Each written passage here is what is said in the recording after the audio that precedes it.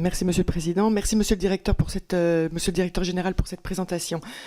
Ma question concerne 2 des 6 thématiques du contrat du service public 2015-2018 qui définit les engagements de GRDF, le développement des territoires et l'accompagnement des collectivités dans leur transition énergétique, ainsi que le développement durable et la protection de l'environnement. Dans ce cadre, la méthanisation représente une source d'énergie renouvelable issue de nos territoires et dont le développement sera principalement agricole dans les années à venir.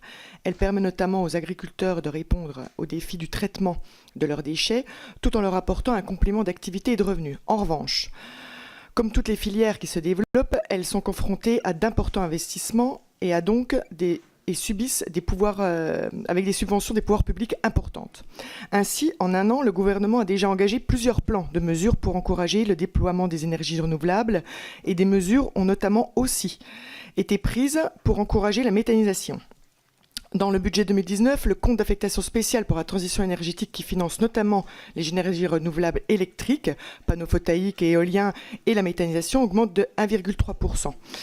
Le volet agricole du grand plan d'investissement consacre une partie à un fonds de prêt afin d'accompagner le financement des projets de méthanisation agricole. Aussi, dans le débat de la programmation pluriannuelle de l'énergie, GRDF souhaite un objectif à 2028 de 50 TWh en biométhane. Le biométhane participe au développement d'une économie circulaire territoriale des déchets deviennent des ressources renouvelables, ainsi que prévoyez-vous au sein des territoires pour les projets de méthanisation agricole, afin d'assurer et accompagner le maximum les acteurs vers une transition écologique optimale. Merci.